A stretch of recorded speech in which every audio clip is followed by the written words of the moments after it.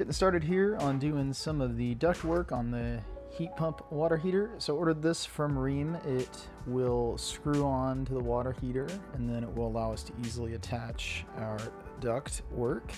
Now the unit does have some tabs that fold up that I could have used.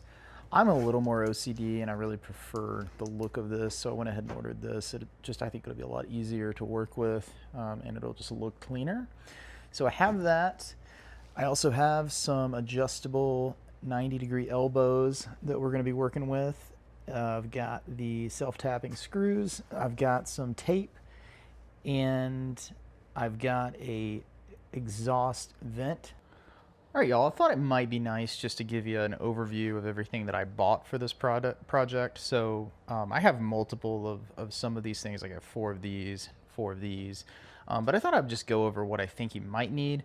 Now, it's very possible I'll be making another run to Lowe's or Home Depot as this project goes on, but this is what I thought I might need at first. So first and foremost, here's what will go on the outside of my home. So we'll drill with our handy dandy 6-inch hole dozer from Milwaukee. It comes with a pilot bit included. So we'll drill into the side of the house with that thing, and then we will stick this thing through that hole. And this comes with a nice little thing here that will blow open as the air is coming out, and then it'll stay closed when it's not running, so you don't have to worry about birds getting up in there. And then we're going to be running this about 5 feet or so, so very important that you check the manual as far as how many bends you're going to have and how far you're going to run it for what diameter ductwork you need. For me, this is going to work just fine, so we're taking an 8-inch opening and we're reducing it down to 6. The ductwork together, we got some of these screws, and we also have some tape, and we also have some clamps if we need it.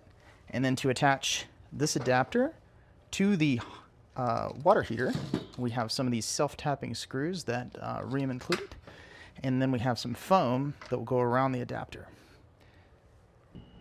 Alright, just want to show you where I'm at here. So sure enough, I had to end up going back to Lowe's because the reducer coming straight out of this thing was just not going to work. It's pushing over too much this far, and you just wouldn't be able to really do anything with the laundry. So went back to Lowe's, got an 8-inch elbow. Actually got a couple of them, so I think I'm going to go ahead and continue mounting them. So we'll take these elbows, we'll continue up this way, and then somewhere up here we'll go ahead and reduce it down to 6 inches just to make it easier to put that exhaust in. So we do have air blowing out of here now. Everything's coming along pretty good so far. I really love the look of this. Alright, so change of plans. Instead of routing the vent that way out through the wall, I've actually decided to go ahead and put it here through the wall into the garage. Reason being is that it gives me flexibility in the future to route it both to the garage and then outside if I wanted to, so I can switch it seasonally.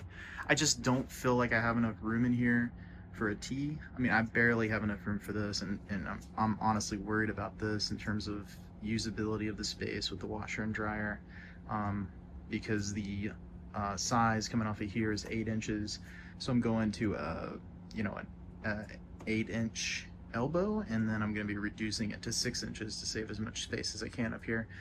But we'll see how it works. I can always, if I don't like this, I can always patch that hole and then route it outside. But in the in the meantime, the garage does have a mini split, so it's heated, so it is kind of offsetting some of that, so I know that we're going to have some inefficiency there. Alright, so we're wrapping up this quick video here, so you can see we've got the ductwork headed out into the garage, comes down here, and it goes into the outlet here on the water heater.